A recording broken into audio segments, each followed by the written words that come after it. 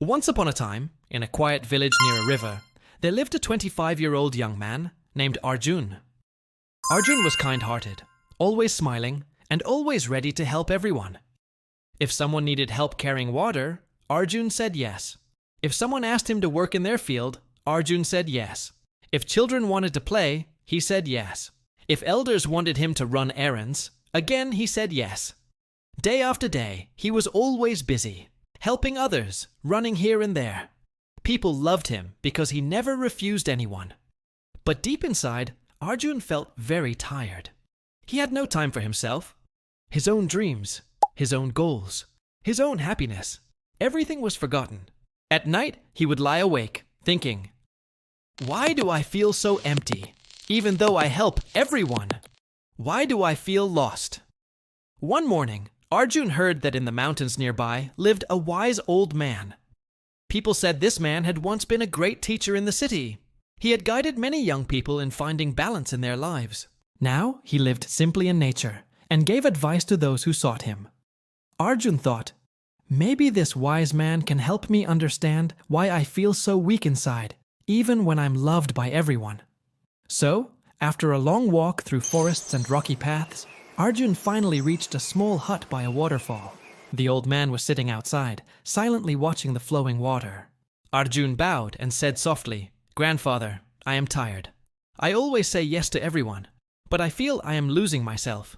Please guide me." The lesson of the stones. The wise man smiled gently and said, "Come, I will give you a task." He handed Arjun a large empty basket and said, "Go to the river and fill this basket with stones. But remember, you can only carry as much as you can lift comfortably. Bring them to me." Arjun nodded and went to the river. At first, he picked up small stones, filling the basket. It was light, and he carried it easily. But then, he thought, if I bring more, the wise man will be happier with me. So he added bigger stones. The basket became heavier. His hands hurt, his back bent, and sweat rolled down his face. By the time he returned to the old man, he was exhausted.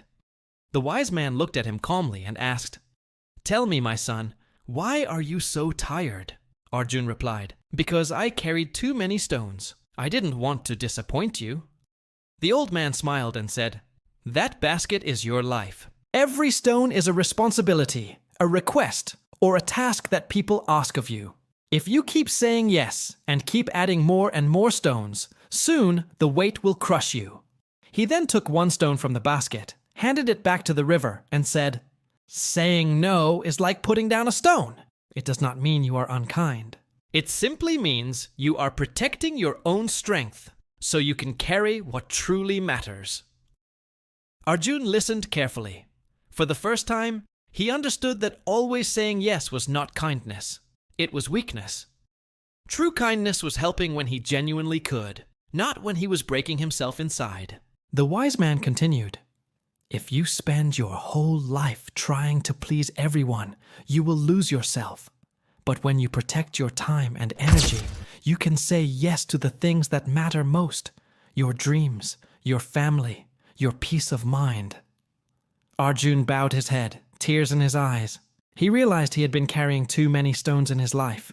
That day, he promised himself, "I will say no when I need to. I will not feel guilty for protecting my time and energy. My life is my basket, and I will choose wisely what I carry." Arjun walked back down the mountain, but he was no longer the same. He was lighter, not just because he left the stones behind, but because he left his burden of always saying yes. From that day on, he helped people with a true heart, not out of guilt or pressure. And for the first time, he also had time for himself, to dream, to rest, to live fully. This is the power of saying no. It is not selfishness, it is wisdom. When you say no to unnecessary demands, you are saying yes to your life, your energy, and your dreams.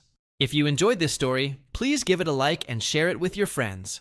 Don't forget to subscribe for more inspiring stories like this one. Thank you for staying with us. See you in the next video with new thoughts and new lessons. Until then, stay strong and protect your peace.